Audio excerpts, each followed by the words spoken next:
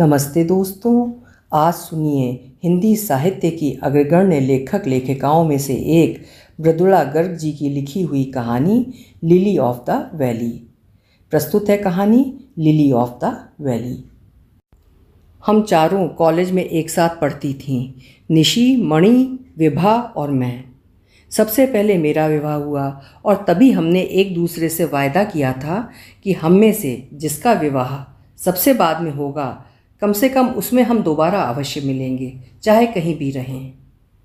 मेरे विवाह को 6 वर्ष हो चुके थे और अब विभा का विवाह है।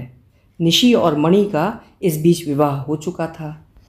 विभा उन दिनों डॉक्टरी पढ़ने अमेरिका गई हुई थी और मैं किसी न किसी कारण दोनों के विवाह में नहीं जा पाई थी। विभा की शादी का कार्ड पाने पर अपना पुराना वायदा याद आया।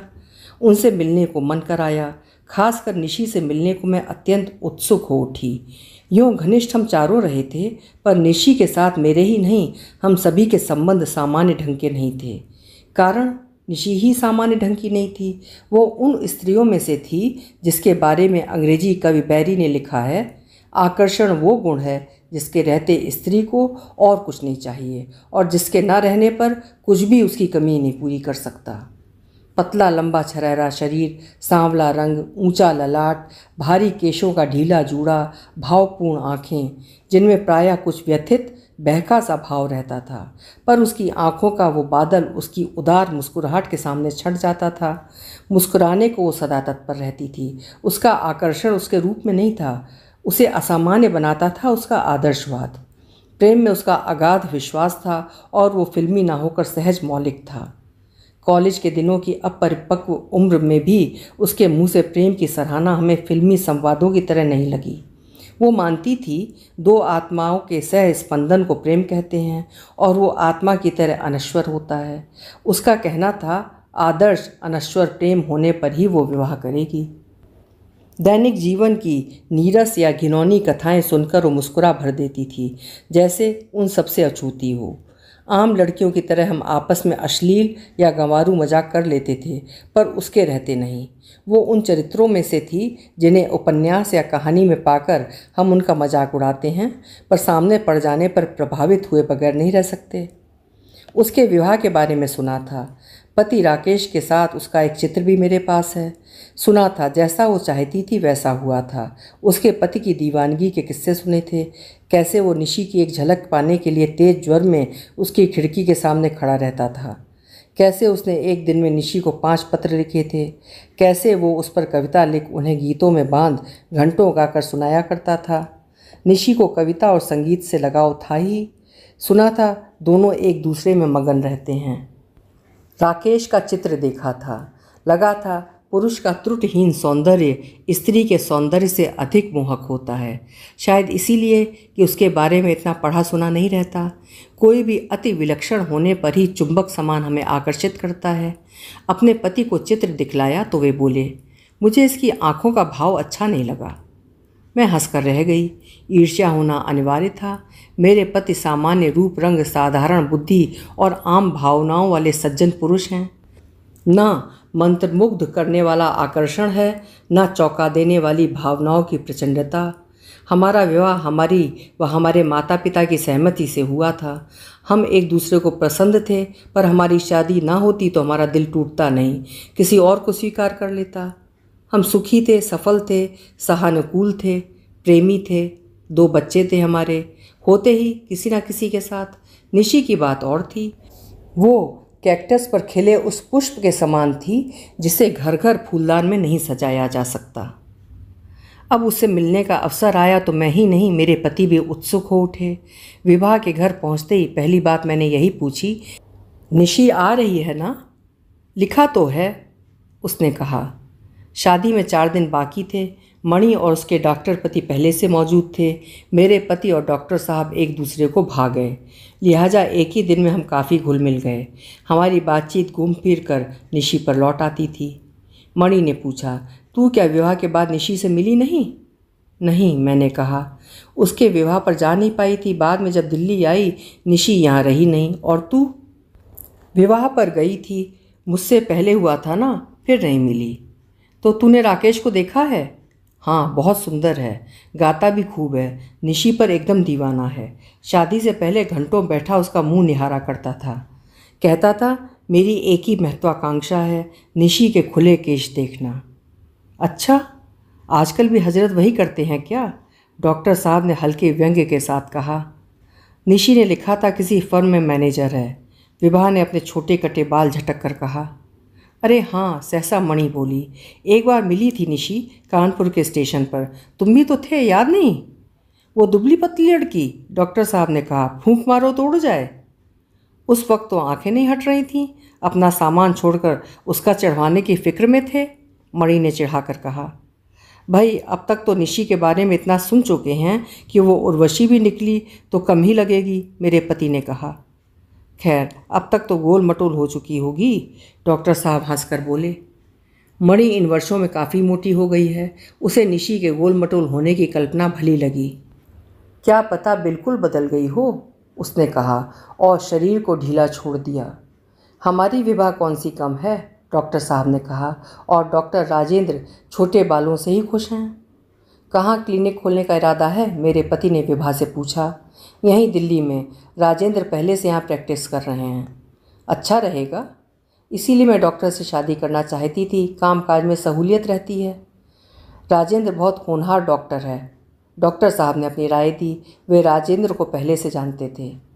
राकेश आएंगे, मैंने पूछा। विवाह के होने वाले होनहार डॉक्टर पति से अधिक दिलचस्पी मुझे निशी के प्रणयी कवि पति में थी। लिखा तो है, विभा ने कहा। अगले दिन काम से निपटकर हम बैठक में जमे थे कि निशी पहुंची। वही झरहरा बदन, भारी केश, भावपूर्ण नेत्र, साज सज्जा। विभा दौड़कर उससे लिपट गई। मैंने और मणि ने भी उसका आलिंगन किया, फिर अपने अपने पति से मिलवाया। दोनों ने एक साथ पूछा, वे कहाँ हैं? आ नहीं पाए, छुट्टी नहीं मिली, निशी ने सोफे पर बैठते हुए कहा। तब मिलना नहीं होगा, मणि ने निराश स्वर में कहा। हो सकता है शादी वाले दिन आ जाएं, निशी ने चुपके से कहा। आना ही होगा, हम लोगों का कितना पुराना वायदा है, विभा ने दुलार के साथ कहा। उसमें उनकी शिरकत भी होनी चाहिए। वायदा है तभी तो आई हूँ, राकेश आने नहीं दे रहे थे, कह रहे थे शादी के पहले मुझे छोड़कर चले जाने का वायदा कर रखना क्या ठीक था? सच बड़ी मुश्किल से मनाया, शादी के बाद हम कभी अलग नहीं हुए, निशी ने हंसकर कहा। मैंने निश्वास छोड़ी। एक मेरे पति हैं, एक बार भी मना नहीं किया। सुनते ही बोले, कितने दिन के लिए जाना चाहती हो, कब का टिकट ला दूं? वो तो बाद में छुट्टी मनाने का मन हो आया, इसलिए साथ चले आए। कितनी प्यारी लग रही हो तुम, बिल्कुल पहले की तरह, साड़ी भी कितनी सुंदर है, मणि कह रही थी। शुक्रिया, राकेश की पसंद है, मैं अपने लिए खुद कभी साड़ी नहीं खरीदती, हमेशा वे लाते हैं, निशी ने कहा। बड़ा अच्छा टेस्ट है, अब तो और भी मिलने को मन कर आया। शादी वाले दिन आएंगे ना, मणि ने पूछा। आ सकेंगे तो रुकेंगे नहीं, निशी ने कहा और हंस पड़ी। फिर बोली, अच्छा विभा, अब अपनी सुनाओ, साड़ियाँ दिखलाओ। वो विभा का हाथ पकड़कर उसे भीतर ले गई। मणि और मैं वहीं ठहरे रहे। पूछा, कैसी लगी? सुंदर है, डॉक्टर साहब बोले, बिल्कुल पहले की तरह। मणि अपनी बाहरी देह पर नज़र डाल लंबी सांस भरकर बोली। मेरे पति ने कहा, उसकी आंखों का भाव, वो भी तुम्हें अच्छा नहीं लगा? बीच ही में मैंने कटुता से कहा। मोनालिसा की याद हो आती है, उन्होंने जोड़ा। बिल्कुल, मैंने खुश होकर कहा, वही तो। वाह, तुम तो एकदम जान गए। हम लोग उठकर भीतर चले आए। निशी को अकेला पाकर मैंने पूछा, अब तक फैमिली नहीं बनाई तुम लोगों ने? नहीं, उसने हंसकर कहा, कुछ दिन बस हम दोनों साथ रह लें। प्रसन्न चित्त निशी काम में लग गई। उसकी हंसी की आवाज़ जहाँ तहाँ गूंजती रही। लगा इन 6 वर्षों में उसमें कुछ परिवर्तन नहीं आया, बस हंसने ज़्यादा लगी है। एक बात और, पहले निशी को जेवर पहनने का बहुत शौक था, अब देखा कुछ नहीं पहना, हाथ में कांच की चूड़ियाँ भर हैं। मैंने पूछा, जेवर पहनना छोड़ दिया? हाँ, वो बोली, राकेश को पसंद नहीं है, कहते हैं सोना और पत्थर तुम्हारे सौंदर्य को बिगाड़ देते हैं, ऐसा लगता है जैसे जवा कुसुम को रंग दिया हो या लिली ऑफ द वैली पर सोने का वर्क चढ़ा दिया हो, कहकर वो खिलखिला कर हंस दी। मुझे लगा निशी कुछ ज़्यादा हंसती है। हंस मैं भी रही थी, पर मन के भीतर असंतोष और ईर्ष्या का तूफान उठाया था। उस रात सोते समय मैंने पति की तरफ देखा तक नहीं, दूसरी तरफ करवट किए रही। सहसा अंधेरे में उन्होंने कहा, निशी जब हंसती है तब भी उसकी आंखों में व्यथा का भाव बना रहता है। मैं चुप रही। तुम्हें नहीं लगता? उन्होंने फिर कहा। मैं चुप रही। मुझे लगता है निशी कोई बादल अपने चारों ओर लपेटे है, जैसे कोई बहुत बड़ा अभाव है उसे। छोड़ो कविता, मैं भड़क उठी। अभाव निशी को नहीं है, जहाँ है वहाँ तुम्हारी नज़र नहीं जाएगी। विवाह का दिन आ गया। 3-4 बजे तक मुझे याद है निशी के पति पहुँचे नहीं थे। उसके बाद मैं विवाह के श्रृंगार में व्यस्त हो गई। बारात 7 बजे आने वाली थी। उसे सजा धजा कर मैं बच्चों में लगी रही, फिर स्वयं तैयार होने चली गई। बैठक में पहुंची तो मेहमानों से घिरी विभा ने पास बुलाकर कहा, निशी अभी तक नीचे नहीं आई, जरा बुला ला। मैं दौड़कर निशी के कमरे तक पहुंच गई। दरवाज़ा बंद था। खोलने को हाथ बढ़ाया कि भीतर से पुरुष की हंसी सुनाई पड़ी। मैं सोच रही थी दरवाज़ा खटखटाऊं या नहीं कि निशी का स्वर सुनाई दिया, तुम्हें आने को मना किया था, फिर क्यों आए? क्यों? पुरुष का स्वर कुछ अस्पष्ट कंपित सा था। इज्जत में कमी आ गई? फिर एक तेज हंसी और वही स्वर, अरे भाई, अपनी कौन सी नौकरी है कि आने में मुश्किल हो? आया हूँ जिससे आपकी सहेलियाँ देख लें। सुचिता, निशी का पति कैसा है? सचमुच मज़े की बात है। फिर वही हंसी। तब बोतल रखो और मेरे साथ नीचे चलो। निशी का स्वर उदास पर संयत था। ना बाबा, मैं ख़त्म करके ही उठूँगा। तब तुम पियो, मैं जाती हूँ। शायद उसने एक कदम आगे बढ़ाया। चूड़ियों की खनखनाहट से लगा हाथ पकड़ लिया गया है। उन सबसे क्या कहोगी? पुरुष स्वर फुसफुसा रहा था। वो जो तुम्हारी मोटी सी सहेली है ना, वही जो एक बार कानपुर स्टेशन पर मिली थी, उसने मुझे आते हुए देख लिया था। तुम थके हो, आराम करके आ जाना, निशी ने कहा। पुरुष में जैसे हंसी का ज्वार आ गया। भाई, जवाब नहीं है तुम्हारा। खैर तुम जाओ, मेरा इरादा सोने का है। तकिया पकड़ाना इधर। और तुमने ये फटीचर सफ़ेद साड़ी क्यों पहन रखी है? वहाँ तुम्हारी सहेलियाँ यूँ चमक रही हैं कि पता नहीं चलता सोना कहाँ ख़त्म होता है और औरत शुरू। तुम जानते हो मेरी शादी की यही 2-4 साड़ियाँ बची हैं और जेवर कोई नहीं।